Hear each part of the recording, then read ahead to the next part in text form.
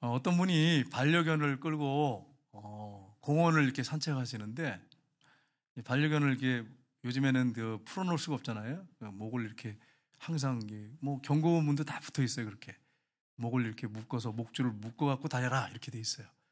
그래서 이제 개를 끌고 이렇게 가는데 개 뒤에서 갔대요. 개 뒤에서.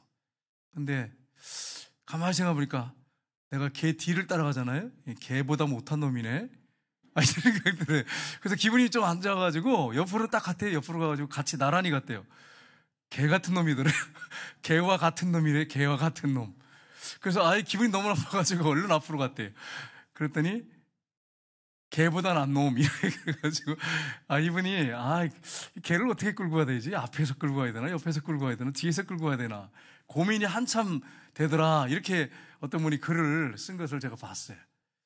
사실 우리가 우리 삶을 돌아보면 개만도 못할 때가 많잖아요. 솔직히 얘기해서. 내가 자신을 볼 때 우리가 늘 그런 건 아니에요. 여러분 오해하시면 안 돼요. 우리도 좀 괜찮은 데 있잖아요. 그죠? 늘 그런 건 아닌데 우리가 죄를 짓고 실패하고 넘어질 때가 많기 때문에 난 정말 짐승만도 못하다. 개만도 못하다. 나에게서 무슨 선한 것이 나올 수 있나? 이렇게 하면서 우리를 자책할 때가 얼마나 많습니까? 그러나 하나님께서 우리의 행하신 놀라운 일들 때문에 우리가 기뻐하고 감사하면서 그렇게 살아야 될 줄로 믿습니다. 오늘 설교 제목이 여러분 뭔지 아시겠죠? 여기 써 있잖아요. 그죠? 대속, 그 가로 안에 구속 이렇게 돼 있어요. 여러분 대속의 뜻이 뭐죠? 대속. 오늘 예수님 말씀하셨어요. 뭐라고 말씀하셨습니까? 같이 읽었잖아요. 내가 온 것은 성경을 받으려 함이 아니고 성기하고 많은 사람의 나은 사람을 위해서 내가 내 목숨을 대속물로 주려 함이라 이렇게 말씀했죠. 이 대속이란 말은 노예나 이 죄인들, 종들 이 사람들을 갖다가 위해서 값을 지불하고 풀어서 해방시켜 주는 거예요. 이게 대속이에요. 그럼 구속은 뭐냐? 사실은 이게 단어를 설명하면 좀 틀려요. 근데 본질로 들어가면 같은 거예요.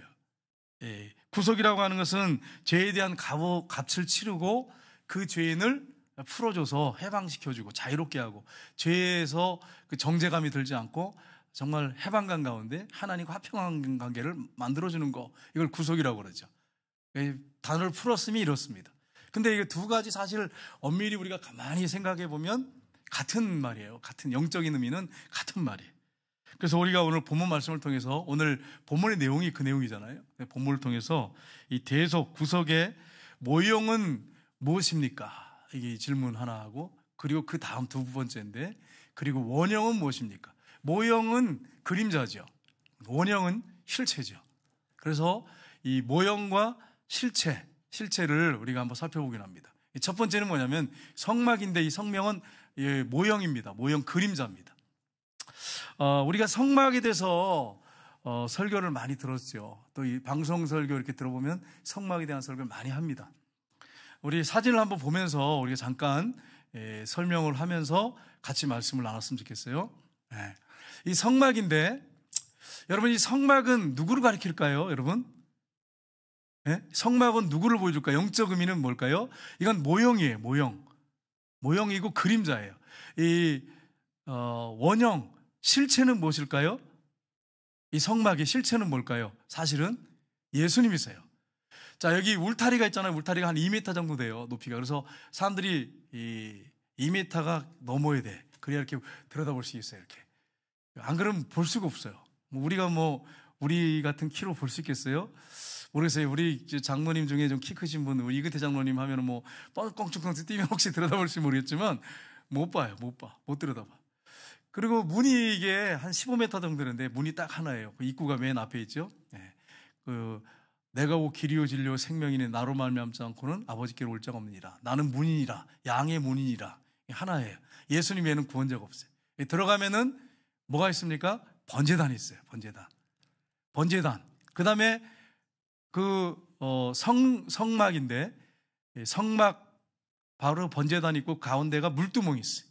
여인들의 그 녹거울로 만든, 그래서 물을 담아서 씻는 거예요. 제사장들이 씻는 거죠. 손을 씻고 몸을 씻어서 제사를 하나님 앞에 온전히 드리는 것입니다. 그래서 그 안에 들어가면 이제 성소가 있어요. 성소. 거기에는 이제 떡상이 있고 촛대가 있고, 가운데 이제 휘장이 쳐 있어요. 그 휘장을 뚫고 들어가면 법궤가 있습니다. 언약궤라고 하죠. 이렇게 돼 있어요. 그래서 우리 한번 구체적으로 들어가서 보겠습니다. 거기 보면 이제 번제단이 거기 있죠. 이 번제단은 뭘 상징하냐면 예수님의 십자가를 상징합니다. 번제단 끝에는 뿔이 있어요. 네 뿔이 있어서 십자가에 이렇게 못 박히신 예수님을 상징합니다. 그 네 모퉁이에는 뿔이 있어요. 뿔이 달려서 나를 위해 피 흘려 죽으시는 번제단은 예수님의 십자가를 상징합니다. 번제단이 십자가를 가리켜요. 뿔이 있죠, 그죠? 그래서 예수님 십자가를 가리키고요. 물두멍, 아까 이 여인들의 노골로 만들었어요. 그래서 우리 죄를 씻는 예수 그리스도, 십자가에 달리신 예수 그리스도를 아까 보여줬죠. 이거는 우리 죄를 씻는 예수 그리스도. 그래서 이제 안에 들어가게 되면 떡상이 나옵니다. 떡상. 이 떡상을 보면 12덩으로 되어 있어요. 6줄. 위에는 이제 기름이에요. 기름. 그래가지고 이제 이거는 뭘 보이냐면 생명의 떡이신 예수님. 이걸 우리에게 보여줘요. 그 다음에 이제 좌측편에 있어요. 성소에 들어가면 좌측벽에 촛대가 있습니다. 촛대 한번 볼까요? 이거는 세상의 빛이신 예수님, 우리의 빛이 되시는 예수님을 보여줍니다. 그리고 휘장을 이제 열고 들어가면 지성소가 나오죠. 이제 법궤가 있습니다. 천사가 이렇게 두 날개를 활짝 펴고 밑을 내려다보고 있어요.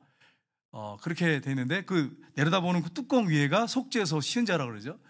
그리고 뚜껑을 열고 안을 딱 이제 들어가면 그 안에 내용물을 보면 그 다음 볼까요? 뭐가 있냐면은 저기 보면 만나가리가 들어있어요.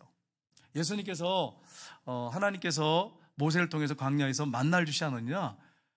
그렇게 말씀했죠. 근데 그 만나를 통해서 살지 않았느냐? 내가 하늘에서 내리는 떡이다, 만나다, 이렇게 말씀하시죠. 그 다음에 옆에 보면 이제 십계명 두 돌판이 던졌어요. 예수님이 말씀이신 예수님을 보여줍니다. 그 다음 그 옆에 아론의 쌍난지파이가 나와요. 그것은 예수님의 부활을 상징해요. 그 다음 한번 그 사진 볼까요? 그 뚜껑이 여기 보면 글이 써 있어요. 맨 위에 뭐라고 써 있습니까? 맨 위에 큰 소리 한번 읽어볼까요? 뭐라고 써 있습니까? 속죄소. 대제사장이 1년에 한번 딱 그 피를 가지고 1년에 한번 들어가요.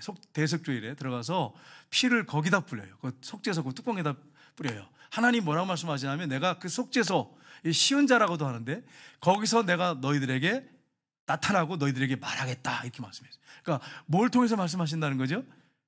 영적으로 하면 예수님의 십자가 보혈, 그 십자가를 통해서 너희들에게 말하겠다, 이런 말씀이에요. 이게 속죄소입니다. 그래서 하나님께서 십계명을 주셨어요. 두 돌판을 주셨는데 율법을 주셨는데 이스라엘 백성들이 깨트릴 거 알고 계셨어요.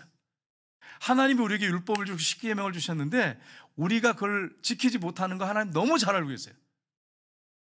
우리가 죄 진다고 해서 하나님 놀라시지 않습니다. 죄에 대해서 하나님께서 굉장히 싫어하시죠. 죄 때문에 십자가 예수님을 못 박아 죽이셨잖아요. 그래서 우리를 죄를 용서해 주셨는데 우리가 죄 짓는 거 알아요. 그런 존재라는 걸 알고 계십니다. 그래서 죄 용서하는 방법을 주신 게 바로 성막이에요. 그리고 성막에 있는 이런 모든 기구들이 예수님을 다 상징합니다. 그래서 우리가 율법을 우리가 구약 성도들이 못 지켜서 제사를 계속 소나 양이나 비둘기 염소로 드렸지 않습니까? 근데 예수님이 우리를 위해 죽으시고 부활하셔서 우리가 죄 용서받고 구원받게 된 거예요. 그래서 오늘 로마서 3장 20절을 보면 이렇게 되어 있습니다. 같이 읽겠습니다. 그러므로 율법의 행위로 그 앞에 의롭다 하심을 얻을 육체가 없나니 율법으로는 죄를 깨달음이라, 이렇게 말씀했어요. 율법의 행위로는 의롭다 하실 육체가 없어요. 하나님 앞에 노력해가지고 하나님 볼 때 야 너는 죄가 없다, 내가 인정할 만하다라고 하는 수준에 도달할 사람이 단 한 사람도 없습니다. 이걸 여러분 아셔야 돼요. 그러면 오늘날 이제 예수님을 구주로 영접한 사람도 그걸 연결됩니까? 그래요. 여러분 한 주간 동안 예수님처럼 살았습니까? 정말 100% 예수님처럼 살았습니까? 안 됐잖아요. 예수님처럼 우리가 계속 성장하고 자라가는 거지 우리가 예수님이 되는 건 아니잖아요. 예수님 모시고 살아요. 근데 우리는 우리 몸은, 우리 영은 거듭났어요. 근데 우리의 몸은 거듭난 게 아니란 말이에요. 죄성을 갖고 있단 말이에요. 이게 얼마나 강력한지 몰라요. 여러분 아침에 주일날 찬송을 부르면서 딱 왔는데 주일날 어떤 사람이 어떤 좋지 않은 말을 탁 내뱉으면 그것 때문에 감정이 확 상해가지고 예배 시간에 내내 시험 들어있는 경우도 있어요. 어떤 사람은요. 어떤 분들은 빨리 회개하고 그리고 빨리 풀어버리는 사람도 있어요. 그러니까 여러분 사람마다 좀 다르죠. 다르지만 우리 안에 죄성이라고 하는 강력한 게 있다고 하는 걸 여러분이 기억하셔야 돼요. 그러니까 이 십계명 우리가 자꾸 죄를 짓고 깨트리니까 하나님께서 이제 구약에는 그림자로 모형으로서 성막을 주신 거예요. 제사제를 준 거예요. 그래서 죄 문제를 해결한 거예요. 근데 이제 신약 시대 때는 예수님이 오셔서 완전히 끝내신 거죠. 그래서 여러분 히브리서에 보면 8장 5절에 보면 한번 같이 읽겠습니다. 그들이 섬기는 것은 하늘에 있는 것의 모형이라 그림자라 모세가 장막을 드려 할 때에 지으심을 얻은 바 같으니 이르시되 산과 모든 것을 산에서 내게 보이던 본을 따라 지으라 하셨느니라. 아멘. 모세가 성막을 자기가 연구해가지고 만들어서 이스라엘 백성들이 와서 제사드리라고 한 게 아니에요. 하나님이 보이셨어요. 이렇게 보이셨어. 조감도를, 설계도를 보여주셨어요. 내가 너에게 보여준 대로 그대로 너는 지어야 된다. 그러니까 하늘에 있는 성소죠. 성소를 딱 보여주시면서 이렇게 지어야 된다. 이렇게 조감도를 보여줘가지고 짓게 하신 거예요. 그러니까 여러분 영적으로 우리가 생각해야 되겠죠. 그냥 육적으로만 생각하면 안 되겠죠. 그러니까 그렇게 생각했을 때 바로 이 성막은 예수님을 보여주는 거구나. 속죄하는 그런 모든 제사들은 예수님을 보여주는구나 하는 걸 우리가 정확하게 알 수 있어요. 그래서 구약 성도들은 그림자요, 모형, 실체가 아니죠. 모형을 통해서 용서를 받았어요. 오실 메시아를 바라보면서 용서를 받은 거예요. 근데 우리는 실제에 있는 예수님이 이 땅에 오셔서 우리 죄를 딱 짊어지고 죽으시고 부활하셔서 그걸 우리는 이미 역사 속에 실체가 오셔서 그렇게 해결하셨잖아요. 모든 그 문제를 죄 문제를 해결하셨기 때문에 이걸 보고 우리는 믿는 것입니다. 그러니까 사실 구약 성도나 우리나 다를 게 없어요. 영적으로 들어가면 똑같은 것입니다. 구원 방법은 똑같아요. 재용서 방법은 똑같습니다. 이런 은혜를 저와 여러분이 받았습니다. 그래서 히브리서에 보면 9장 22절에 보면 이렇게 되어 있습니다. 같이 읽겠습니다. 율법을 따라 거의 모든 물건이 피로써 정결하게 되나니 피 흘림이 없은즉 사함이 없느니라. 아멘. 이스라엘 백성들이 죄를 질 때마다, 죄가 생각날 때마다 제물을 가지고 성전에 갔어요. 가가지고 제사장들에게 자기 죄를 고백하고 이 머리에 안수하죠. 딱 이렇게 제사장이 이제 손을 얹으라고 하면 짐승의 머리에 손을 얹고 자기 죄를 고백하고 그리고 자기가 직접 죽였어요. 각을 떴어요. 제사장은 그걸 하나님 앞에 불태워서 번제단에 드렸어요. 그렇게 죄 용서를 받았습니다. 피로써 용서받은 거예요. 근데 여러분 그것뿐 아닙니다. 성소의 기구들을 하나님이 거룩하게 할 때 그 성소에도 피를 뿌렸어. 언약서, 이스라엘 백성들 언약을 체결했죠. 너희는 이제 앞으로 나의 백성이 될 것이다. 세계 모든 민족 가운데 뛰어난 민족이 되게 할 거다 하고서는 이스라엘 백성들을 향해서도 피를 뿌렸어요. 피 흘림이 없으면 죄사함이 없어요. 그래서 예수님이 울리에 십자가 못 박혀 죽으시고 부활하신 것입니다. 그러니까 구약에 보면 피가 계속 뿌려졌어요. 피가 계속 흘려졌어요. 그러니까 여러분 구약을 짜면 뭐가 나오겠어요? 여러분 루터가 말한 대로 피밖에 안 나와요. 예수님의 피가 나와요. 예수님의 피가 구약에도 짐승의 피지만 그림자지만 이제 모형이지만 예수님의 피가 나오는 거죠. 사실은 영적으로 하면. 그리고 성경의 레위기 17장 11절을 보면 같이 읽겠습니다. 육체의 생명은 피에 있음이라 내가 이 피를 너희에게 주어 제단에 뿌려 너희의 생명을 위하여 속죄하게 하였나니 생명이 피에 있으므로 피가 죄를 속하느니라. 아멘. 어떤 분이 이런 질문을 한 분이 있어요. 왜 하나님 피를 좋아하실까요? 왜 피를 보기를 좋아하실까요? 하나님 피를 좋아하고 피를 보기 원하시는 게 아니라 피가 뭐라고요, 여러분? 생명이에요, 생명. 죄의 삭은 뭐예요? 사망이에요. 죽음이. 생명이란 말이에요. 그래서 우리가 죽어야 돼. 죄 때문에 죽어야 돼요. 죽어야 되는데 구약에는 짐승들이 대신 죽은 거예요. 생명을 잃은 거죠. 예수님이 이 땅에 오셔서 피 흘려 죽으신 것은 피를 하나님이 좋아해서 그런 게 아니라 피가 생명이란 말이에요. 그래서 우리 예수님이 우리를 위해서 죽으셔서 피 흘려 죽으셨어요. 생명을 주신 거죠. 온몸에 피를 다 흘리셨어요. 피 한 방울, 물 한 방울 남기지 않고 다 흘려주셨어요. 그래서 우리가 죄 용서받게 된 거예요. 그러니까 예수님의 생명, 피값이 저 여러분에게 있는 거예요. 그럼 여러분 내가 질문할게요. 우리 위탁모 장로님이 이제 이번에 선교 가신다 그래가지고 내가 깜짝 놀랐어요. 선교 간다고 하시는데 가시나요, 장로님? 단기 선교 가시나요? 어디로 가세요? 터키로 가세요. 우리 권사님 기도 많이 해주세요. 우리 장로님 잘 다녀오시도록. 이 단기 선교를 가시는데 우리 장로님이, 저나 이제 우리 다 같이 생각하시면 돼요. 우리 장로님이 예수님하고 예수님의 생명하고 맞바꿀 정도로 귀중한 존재입니까? 이거는 이제 본인이 대답 못 하겠죠. 양심이 있으시니까. 박태선 장로님 어떻게 생각하세요? 우리 이탕모 장로님이 예수님이 자신의 생명을 줄 정도로 가치 있는 존재입니까? 가치가 있어야 이렇게 바꿀 수 있죠. 가치도 없는데, 쓸모없는데 바꿀 수 있어요? 동등해야 바꿀 수 있는 거죠. 어떻게, 예? 어떻게 가치가 있죠? 이탕모 장로님이 뭐에 가치가 있는 거예요? 예, 우리 김점자 권사님이 남편이니까 뭐 이제 대답이 좀 궁색하시니까 대답을 잘하셨어요. 할렐루야. 잘하셨어요. 사실은 뭐 그렇게 해도 뭐 우리 저 김점자 권사 같이 그런 귀한 분이 어디 있겠어요, 그죠? 오로지 그냥 헌신적으로 남편을 뒷바라지고 섬겼더니 평생 동안 그랬으니까. 근데 물론 뭐 그렇게 생각할 수 있지만 우리 하나님이 인간을 만들 때 흙으로 만드셨다면 흙으로 이렇게 딱 빚으셨어요. 거기에 하나님의 DNA가 있어요. 지, 성, 의가 있죠. 하나님의 여러분 형상이 그 안에 들어가 있어요. 모양과 형상 사실은 같은 의미예요. 칼빈이 그렇게 해석을 했어요. 같은 의미라는 거예요. 하나님의 형상이 들어가 있어요. 하나님이 흙을 빚었는데, 쓸모없는 흙을 가지고 빚었는데 거기에 하나님의 형상이 들어가 있어요. 하나님의 형상이 들어갔다는 말은 뭐예요? DNA가 들어갔다는 말은 뭐예요? 하나님이 자기 전 존재를 넣었다는 얘기예요. 귀하게 여겼다는 거예요. 여러분, 창조물 중에서 하나님이 자기 형상과 모양을 넣은 그런 여러분 짐승이나 가축이나 무슨 어떤 그런 생명체가 있습니까? 없습니까? 없어요. 근데 흙을 빚어가지고 푹 생기를 불어넣으시고 하나님의 형상을 넣었어요. 그러니까 이탕모 장로님은 예수님의 값어치가 있는 거예요. 하나님이 그렇게 사랑한다는 거예요. 그렇게 존귀한 존재라는 거예요. 그러니까 여러분, 이탕모 장로님을 함부로 대하시면 안 되는 거예요. 장로님 기분 좋으시죠? 근데 이게 장로님만 해당되는 사항이 아니라 우리 전 존재가 그런 존재예요. 제가 이제 기도하는데 하나님이 이렇게 저에게 알려주시는 게 있어요. 주는 자, 받는 자밖에 알 수 없는. 여러분은 못 받으셨지만 저는 받았어요. 기도를 하는데 사람들을 볼 때 십자가를 통해서 봐라 이러시세요. 그래서 이탕모 장로를 딱 보면 야, 예수님처럼 가치 있는 존재구나. 우리 권선주 권사님 볼 때 예수님처럼 가치 있는 존재로. 또 한 가지 뭘 보여주셨냐면 내가 이탕모의 주인이다. 주인이시라 그래요. 정말이잖아요. 산 자 죽은 자의 주가 되게 죽으셨잖아요. 또 한 가지는 다이아몬드잖아. 다이아몬드 전체처럼 그렇게 소중하고 존귀한 존재다.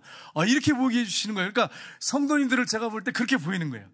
물론 어떤 분이 좀 이렇게 뭐 이렇게 눈빛이 별로 안 좋고 그러면은 뭐 그런 마음이 싹 사라지기도 하지만 오해하시면 안 돼. 그럴 때가 있다는 거지 그렇게 한 게 아니에요. 잠깐 순간적으로 했다는 거예요. 그런데 그렇게 보여주시니까 여러분 한 분 한 분이 너무 소중하고 존귀한 거예요, 여러분. 그래서 아침에 인사할 때 하나님이 최고의 걸작품입니다. 그냥 인사한 게 아니에요. 최고의 걸작품이에요. 우리 정관한 장로님 하나님이 최고의 걸작품이에요. 잘생겨서 그런 게 아니에요. 장로님 오해하시면 안 돼요.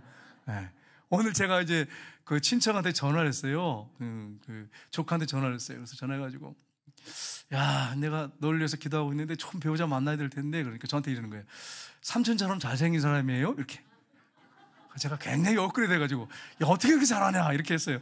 그래서 농담이다 이렇게 얘기했는데 여러분 그게 문제가 아니라 형상 모양이 문제가 아니라 어떤 얼굴 외모 그런 게 아니라 하나님의 형상이 들어가 있다는 거예요. 형상이 들어가 있다는 거예요. 그러니까 존귀한 거예요, 여러분. 존귀한 존재인 거예요. 그러니까 예수님의 값어치가 있는 거예요. 그러니까 여러분, 우리 성도님들 한 분 한 분을 대할 때 그렇게 존귀하게 대하셔야 돼요. 아내를 대할 때, 남편을 대할 때 존귀하게 대하셔야 돼요. 남편을 볼 때 그 왼수 그러지 말고. 어떤 분들은 왼수라 그러죠, 왼수. 평생 왼수 뭐.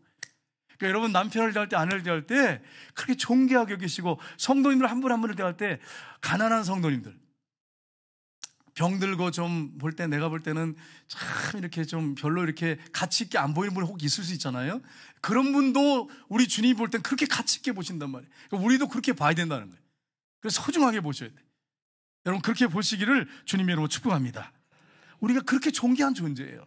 그래서 여러분 레위기 4장 17절 31절에 보면 같이 읽겠습니다.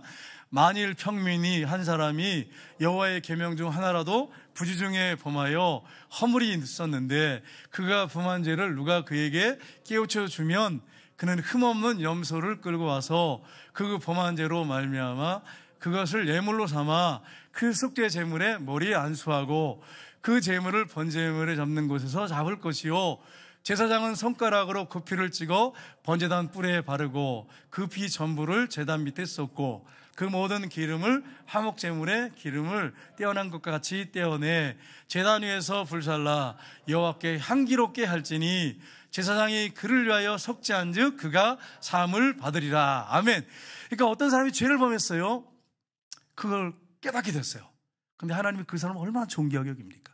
그래서 흠없는 암염소를 끌고 가고 평민 중에 한 사람이요 끌고 와서 그 속죄 제물의 머리에 안수하고 그 제물을 번제 제물을 잡는 곳에 잡을 것이요 제사장은 손가락으로 그 피를 찍어 아까 얘기했죠 네 모퉁이 뿔에 바르고 그 피 전부를 제단에 쏟고 그 기름을 화목 제물의 기름을 태워 이제 거기서 보면 이제 불살라서 그 고기를 불태워서 하나님 앞에 드리면 하나님께서 향기롭게 할지니 제사장이 그를 위하여 속죄한지 그가 사함을 받으리라.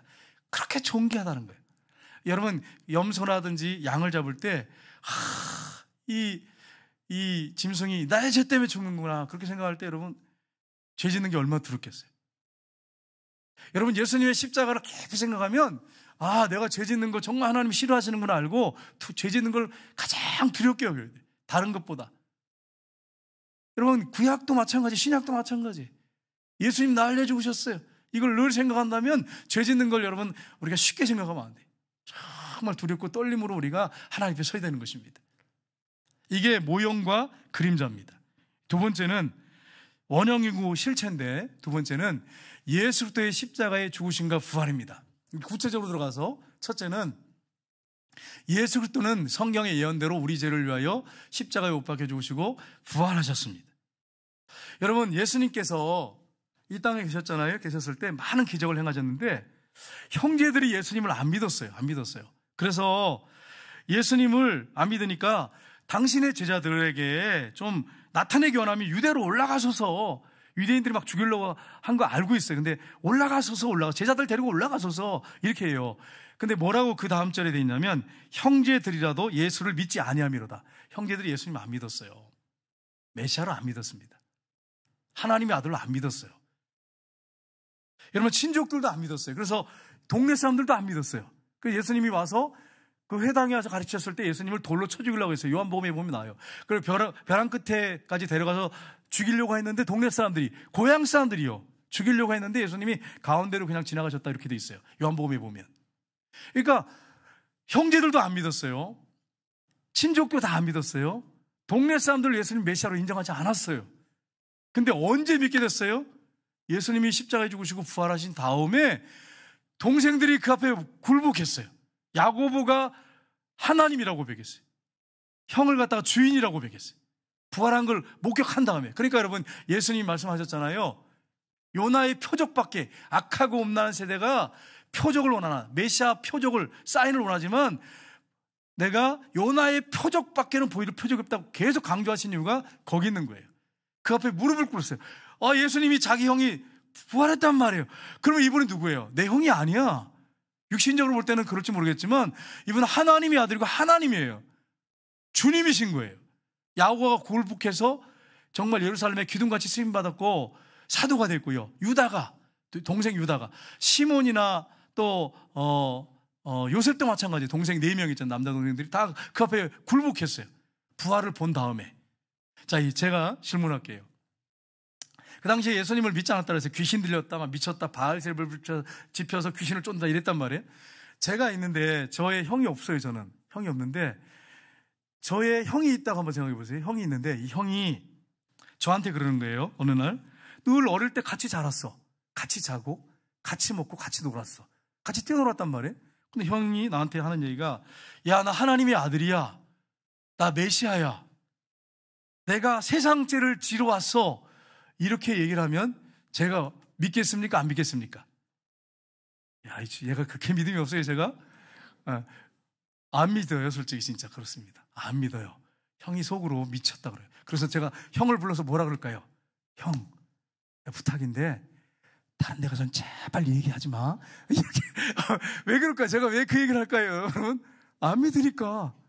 형 제발 다른 사람한테 가서는 나한테만 얘기하고 그런 얘기 제발 하지 마.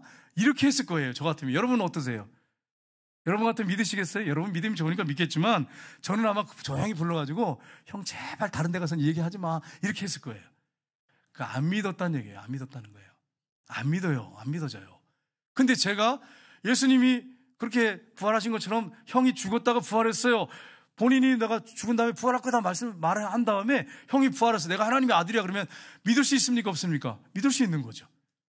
그 앞에 굴복하는 거죠. 근데 다른 기적 가지고는 안 돼. 은사 가지고는 안 돼. 형이 뭐 기적을 좀 행하고 은사가 좀 나타났다고 내가 그분을 메시아로 믿겠어요? 하나님의 아들을 믿겠어요? 못 믿어. 은사 나타났다고 믿어요? 여러분 제가 말씀드렸지만 그 SGI 여기 이제 구미에 올라가다 보면 있거든요. 거기가 여호와 증인인데 거기는요 무슨 뭐 특별한 무슨 우리처럼 가르치는 게 없는데 간증으로 그냥 맺어져 가지고 간증하면서 일어난 거 막 병 고치고 막 치유된 거 그런 거 나눠요. 그게 여호와 남녀오랜개교예요. 그 사람들 기적 많이 일어납니다. 귀신도 사탄도 기적을 일으킨단 말이에요. 은사들 나타나는 교회들이 있단 말이에요. 고린도 교회 은사가 많이 나타났어요. 방언, 예언, 치유 은사가 일어났어요. 근데 어린아이라 그래. 사도 바울이 뭐라 그러냐면 너희가 영적 어린아이구나. 아직도 너희들은 젖술을 먹어야 된다. 이렇게 얘기하잖아요. 은사가 나타나고 해서 여러분 그분이 신앙이 성장했다고 생각하시면 안 돼요. 예수님이 주인이 돼가지고 내가 완전히 죽었어. 그게 정말 나는 죽고 나 예수님만 살아. 예수님만 나타나는 사람이 성장한 사람이 신령한 사람이에요. 그러니까 여러분이 착각하시면 안 돼요. 어떤 사람에게 기도했는데 기적이 막 병이 낫고 은사가 나타나. 그렇다고 해서 그 사람이 영적으로 신앙이 성숙했다. 이 사람은 하나님 되게 사랑한다라고 생각하시면 안 된단 말이에요. 고린도 교회에 막 기적이 얼마나 많이 나타났는데요. 은사가 얼마나 불때려나는데 막 방언 터지는 건 막 기본이었어요. 통역하는 사람들 막 많았어요. 그래서 여러분 고린도 교회를 향해서 뭐라 합니까? 너희가 방언할 때 하도 많으니까 순서대로 해라. 통역해주고 그 다음 사람 또 일어나서 순서대로 해라. 막 치유, 별의별 예언 은사들이 막 나타났어요. 그런데 어린아이라 그래요. 진단하는데 사도 바울이 어린아이들 너희들이 영적 어린아이. 고린도 교회가 어떤 교회입니까? 이방인 교회인데 여러분 아가야죠. 아가야인데 쉽게 말하면 헬라예요. 헬라의 그 아테네 그 철학의 도시죠. 거기서 얼마 안 떨어졌어요. 몇 킬로 안 떨어졌어요. 굉장히 똑똑한 사람들이에요. 근데 이 사람들이 막 말씀을 믿고 기도하기 시작하니까 은사가 터지는 거야. 기도 많이 하면 은사가 터집니다. 기도 많이 하면.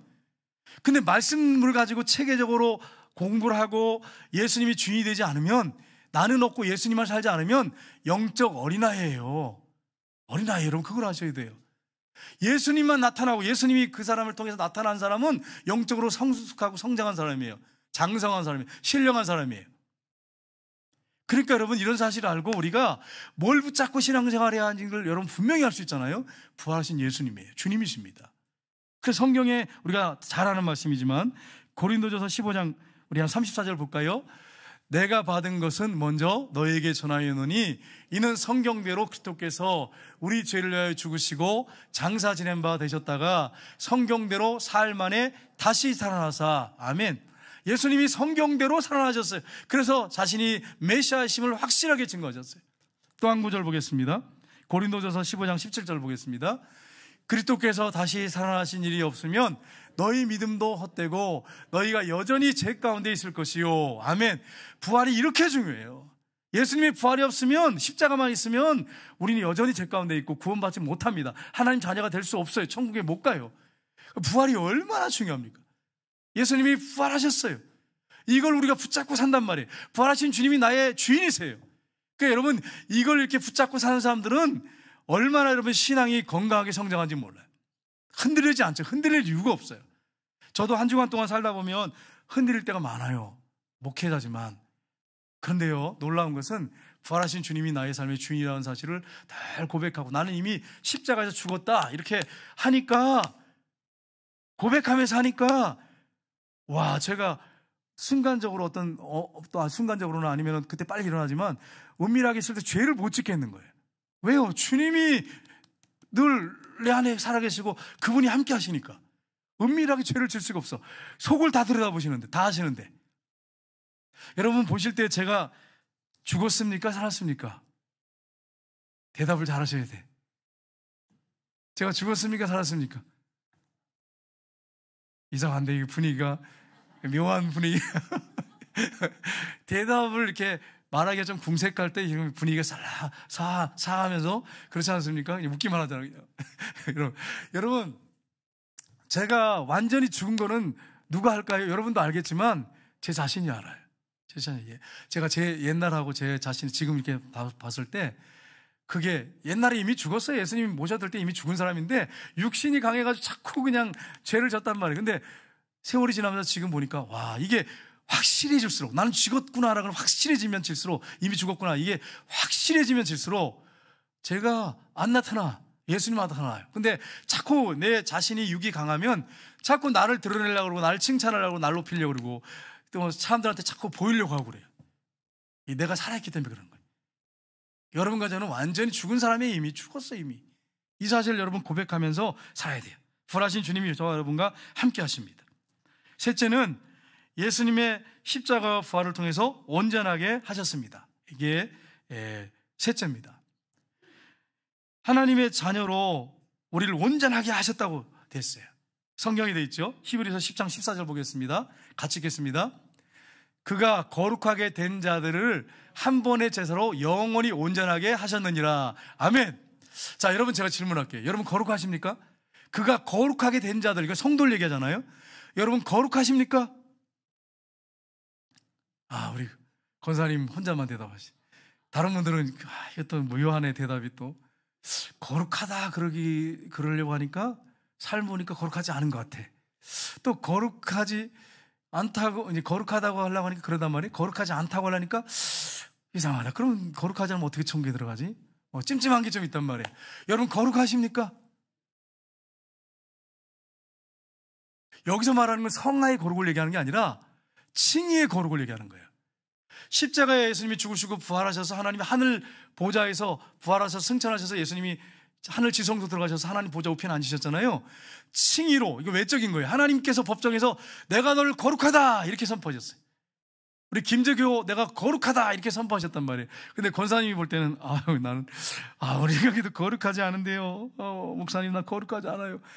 칭의는 하나님이 나의 의로움을 보고 칭의 너 거룩하다 한 게 아니라 예수님의 거룩함을 보고 의롭다고 선포하신 거란 말이에요. 여러분 만약에 나의 거룩함을 보고 의로움을 보고 내가 노력해서 거룩해지려고 하면 하나님이 언제 거룩함을 선포하시겠어요? 죽을 때까지 안 돼요. 있을 수가 없는 거예요.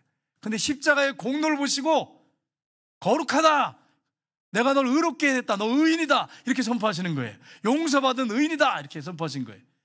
얼마나 감사합니까? 그런데 삶을 보면 육이 강하니까 자꾸 넘어지고 실패하니까 나는 거룩한 사람이 아니야, 나는 거룩한 하나님의 아들이 아니야, 딸이 아니야 이렇게 생각하는 거예요. 근데 여러분과 저는 거룩한 사람이 됐어요. 선포하신 거예요. 이거는 선포하신 거예요. 칭의죠, 칭의. 넌 의로워 이렇게 하신 거예요. 예수님이 십자가에 이르신 모든 걸 우리에게 전가하신 거예요. 우리가 율법을 다 지키지 못했는데 예수님이 다 지키시고 그걸 우리에게 다 전가해 주셨어요. 하나님께서. 얼마나 감사합니까? 그래서 하나님이 하늘 법정에서 넌 의롭다 칭의 이렇게 선포하신 거예요. 여러분과 제가 그런 존재예요. 자, 그러면 물어볼게요. 원소장 원사님 거룩하십니까? 예, 하나님께 예수님이 행하신 그 공로로 의롭다고 선포하셨어요. 권사님 의로워. 근데 이제 한 주간 삶을 보면 거룩한 삶이 100% 거룩하십니까? 아니잖아. 그런데 하나님 볼 때는 거룩하게 용서받은 의인이에요. 거룩하게 보신단 말이에요. 자, 그러면 보세요. 그렇게 신분이 이제 됐단 말이에요. 그러면 어떻게 될까요? 예수님을 주인으로 모시고 날마다 살면서 점점 거룩을 향해서 예수님 닮아가는 거예요. 천국에 딱 도착하면 정말로 죄 안 짓고 거룩하게 되는 거예요. 완전히 죄 안 짓 그때는. 삶이, 몸도 거룩해져. 영화로운 몸, 신령한 몸, 이런 몸이 아니에요. 신령하고 거룩하고 썩지 않고 죽지 않는 영광스러운 몸으로 바뀐단 말이에요. 그때 가면. 그러니까 이제 빨리 죽을 날을 기다릴 수밖에 없는 거지. 하나님 나라, 죄송합니다. 죽기를 기다리는 게 아니라 천국 가는 걸 기다릴 수밖에 없는 거지. 탄식하면서 빨리 내가 영화롭게 되기를 원합니다. 이게 여러분과 저의 삶이에요. 이렇게 되시기를 주님의 이름으로 축복합니다. 그러니까 용서받은 여러분 뭐라고요? 의인이에요. 그러니까 죄인 그러지 마세요. 맨날 나는 죄인입니다. 맨날 죄인입니다. 그러지 말고 하나님 앞에 섰을 때 하나님 나는 용서받은 죄인입니다. 예, 용서받은 의인입니다. 아, 예, 할렐루야. 예, 그거 설교하다 보면 이렇게 왔다 갔다 할 때가 있어요. 용서받은 뭐라고요?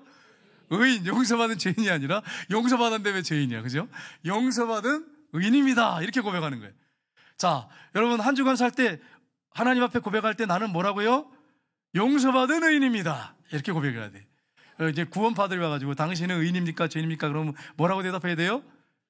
예, 용서받은 의인입니다. 이렇게 하셔야 돼. 하나님을 법정에서 선언을 하셨어요. 칭의예요, 칭의. 의롭다 하셨어요. 예수님이 행하신 모든 율법 지키신 거, 십자가에서 행하신 공로를 여러분에게 전부 전가해 주셨단 말이에요. 그걸 통해서 보는 거예요. 자, 여러분 우리가 믿음으로 구원받는데 그 믿음도 하나님의 선물이라 그랬죠. 그러니까 우리에게서 난 게 아니에요. 내 행위가 아니에요. 내 노력에 의한 믿음으로 구원받는 게 아니라 예수님이 십자가에서 이루신 그걸 바라보고 그걸 믿음으로 그것이 다 나에게 전가돼가지고 구원받는 거예요. 예수님의 그 십자가 공로, 하나님의 그 은혜, 예수님의 은혜로 구원받는 거예요. 이렇게 믿고 사는 사람들이 예수 믿는 삶이에요. 근데 내가 믿음으로 구원받았는데요, 이건 자기 행위예요. 자기 행위, 자기 몰라서 하는 소리예요. 이걸 여러분이 항상 염두에 두셔야 돼요. 야, 이런 은혜를 여러분과 제가 받았어요. 그 다음에 넷째는 같이 읽겠습니다. 우리의 죄를 다시는 기억하지 않으십니다. 아멘. 우리가 하나님 앞에 그래도 육신이 있기 때문에 순간순간 넘어진단 말이에요. 그때마다 회개하면 우리 용서받은 의인이란 말이에요. 순간적으로 넘어질 수 있어요. 여러분, 죄질한 얘기 아니에요. 우리는 이미 죄 안 질 수 있는 존재로 회복시켜 놓으셨어요. 그런데 이 몸이 이게 거듭난 몸이 아니기 때문에 이 몸은 여러분 아시잖아요. 참 좋은 거 먹고 싶고 좋은 거 보고 싶고 쾌락, 즐거움을 찾고 몸의 즐거움을 찾고 새벽기도 나와야 되는데 막 마음은 이런데 육신이 약하도다 그러면서 맨날 언제까지 안 나오실지 모르겠어요. 그러면 언제 이제 이 육신이 건강해가지고 나오시냔 말이에요. 한번 생각해 보시란 말이에요. 그게 안 되면 교회 와서 주무시면 되잖아. 교회에서 그게 맨날 그렇게만 기도하지 말고 하나님 나는 마음은 어린데 육신이 약해로다. 그런데 이게 왜 30년, 40년, 50년, 60년 그러지 말고 그게 안 되면 교회 장원실에 와서 주무시면 되잖아요. 그러면 되잖아요. 연세실 권사님들, 권사님들. 그거 안 되시거든. 그렇게 하시면 돼요. 오해하시면 안 돼요. 연세가 돼서 너무 몸이 안 좋아가지고 나는 좀 지치면 하루 종일 아무것도 못해. 그런 분들 얘기하는 거 아니고 오해하시면 안 돼. 권사님들 괜히 또 목사님 삐져가지고 또 째려보면서 그러면 안 된단 말이에요. 그러면 안 돼. 몸이 안 좋고 뭐 체력이 안 되는 분이 있어요. 그런 분들은 뭐 집에서 기도하십시오. 근데 체력이 괜찮고 오실 수 있는 분들은 새벽 기도 와서 기도해야 돼요. 여러분, 나라 민족을 위해서, 손자 손녀를 위해서 기도하셔야 돼. 우리 집사님들도 맞아요. 여집사님들도. 마음은 오는데 육신이 약하다. 맨날 그러면 여러분 죽어야, 그러면 죽어서 천국 간 다음에 이제 그때 가서 주님 새벽기도 드리려고 난 얼마나 굴뚝같이 내가 마음속을 품고 있었는데 난 평생 한 번도 못 나왔나이다. 이렇게 보면 부끄럽잖아. 방법을 찾아야지. 방법을 어떻게 할지 방법을 찾아야지. 젊은 집사님들. 그래가지고 어떻게 하면 내가 새벽기도를 드릴 수 있을까를 방법 찾으세요. 근데 이런 게 있더라고요. 육신적으로 몸 일이 너무 힘든 분들이 있어요. 새벽 1시까지 2시까지 일했는데 그분한테 새벽기도 날아가면 목사가 양심이 없는 거죠. 주님 다 하시는데. 여러분, 몸 관리 잘 하시면서 새벽기도 나와서 기도하세요. 얼마나 귀한 시간입니까? 그 시간에 기도하면 얼마나 귀한 시간이에요. 우리 권사님들 여러분, 어떤 분이 그래요. 목사님 잠이 없어요. 잠이 없으니까 와서 기도하시란 말. 잠이 없으니까 와서 기도하시란 말. 잠이 없을 때 기도하면 얼마나 좋냔 말이에요. 생각해봐요. 새벽기도 못 나오면 저녁이라도 와가지고 키를 언제든 드릴 테니까 와서 기도하시란 말이에요. 그래야 기도하는 교회가 돼야죠. 여러분 생각해 보세요.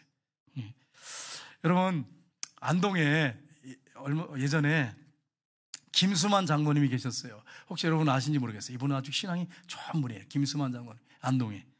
이분은 장애인입니다. 한쪽 다리가 없었어요. 한쪽 다리가 없어서 목발을 짚고 다녔어요.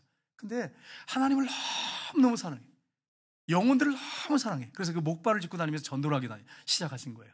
뭐 일을 못하니까 그것밖에 안 되잖아요. 영혼 구원하는 것밖에 안 돼.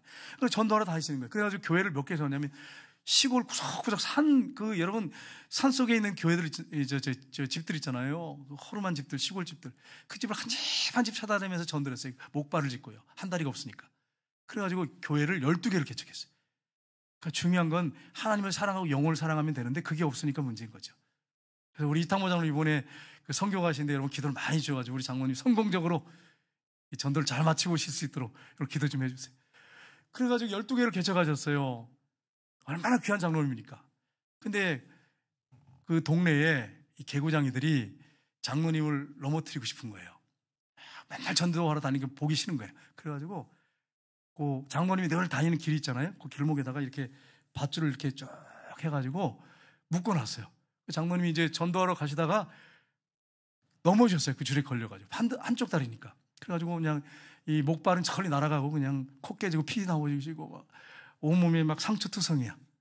근데 장로님이 탁 앉으셔가지고 기도를 했답니다. 무슨 기도했냐면, 하나님 감사합니다. 날 이렇게 넘어뜨린 아이들 다 장로가 되게 해 주시옵소서. 기도를 해도 잘 이렇게 해야 되지. 이 나쁜 놈들 하나님 그냥 손 좀 봐주십시오. 내가 전도하러 가는데 뭐 이런 나쁜 놈들 그냥 내버려두지 말고 다 그냥 손 좀 봐주세요. 이렇게 하시면 안 돼. 그 장로님 정말 귀한 분이에요. 탁 앉아가지고 피가 나고 막 이렇게 하는데, 주님 이렇게 나를 힘들게 하는 이놈들 다 장로가 되게 해주세요. 그리고 나중에 세월이 지났답니다. 근데 놀라운 건 그렇게 했던 놈들이 다 장로님이 돼가지고 고백을 하더래요. 그러니까 여러분 기도를 해도 제목을 여러분 제대로 잡고 기도하세요. 그냥 아무렇게나 기도하지 말고. 기도할 때도 정말 복된 기도, 좀 소망을 가지고 좀 그렇게 하면서 기도하지. 저놈의 자식 그냥 다른 몽단을 부러뜨려가지고 예수 믿게 해주세요. 좀 이런 기도하지 마시고 하나님 순조롭게 좀 오게 해주세요. 예수 믿는 사람들 만나는 사람마다 다 예수 잘 믿는 사람 만나게 해주세요. 그렇게 지혜롭게 기도하는 권사님 우리 교회 어떤 분이 간증하시더라고요. 저한테 그렇게 기도하세요. 지혜롭게. 예.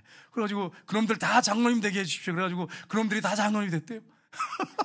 그러니까 여러분 보세요. 장로님이 얼마나 귀합니까? 목발을 짚고 다니면서 그렇게 해가지고 넘어져가지고 피투성이 됐는데 화 안 나겠어요?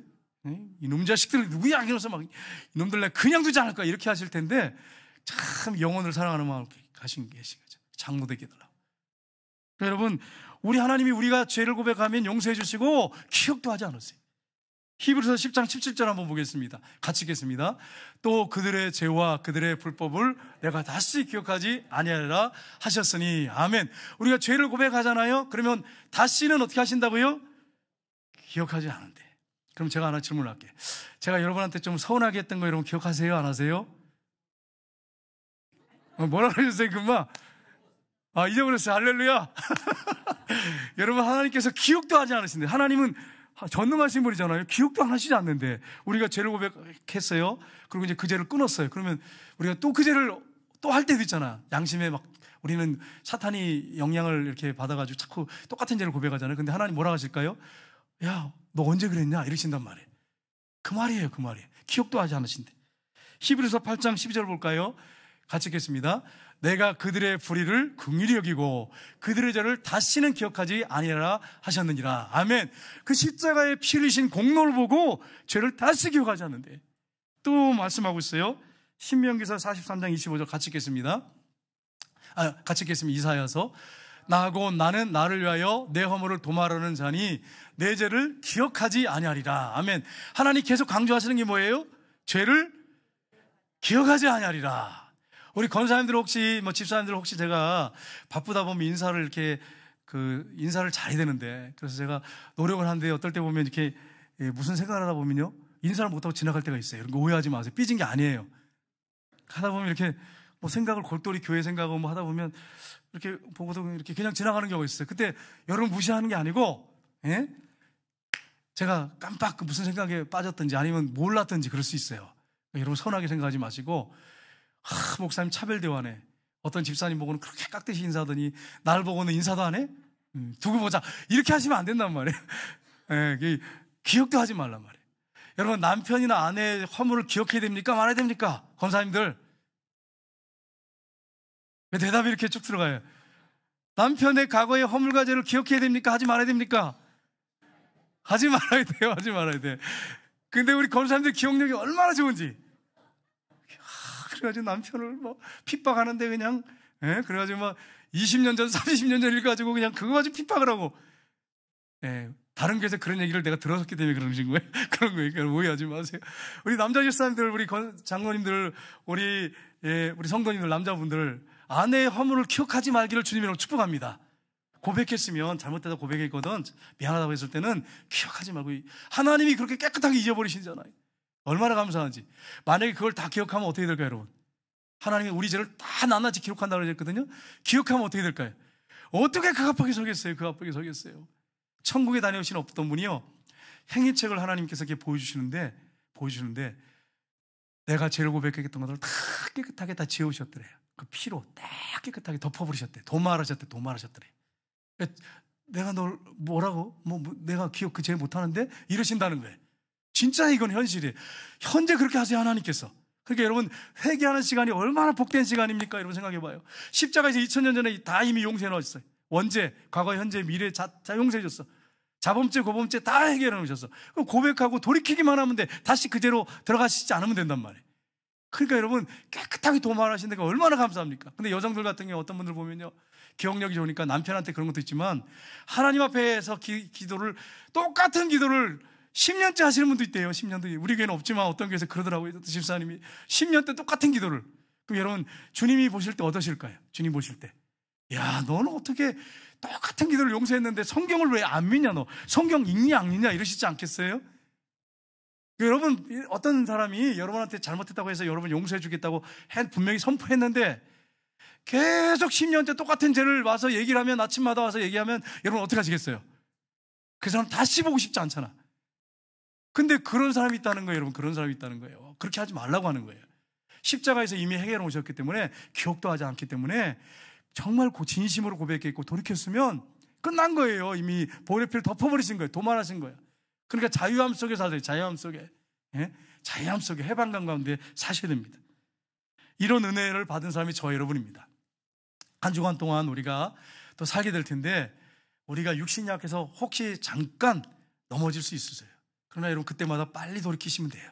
그리고 여러분, 언제든지 하나님께서 우리 하나님 품으로 나오라고 십자가를 통해서 문을 활짝 열어오셨어요. 이런 은혜를 받은 사람이 저 여러분이에요. 그래서 여러분, 한 주간 동안 여러분의 마음을 사람한테 쏟아놓으면요, 어떤 일이 벌어지냐면, 혹시 저 사람이 나를 무시하는 건 아니야? 또 소문이 돌 수도 있잖아요. 물론 여러분, 여러분의 마음을 어떤 분한테 나눠야 또 해결되는 경우도 있어요. 근데 너무 사람을 의지하지 말고 여러분의 그 속마음을 한나처럼 다 쏟아놓으세요. 한 주간 동안. 그리고 주님과 친구처럼 그렇게 좀 여러분 비밀이 없이 그렇게 한 주간 동안 고백하며 살았으면 좋겠어요.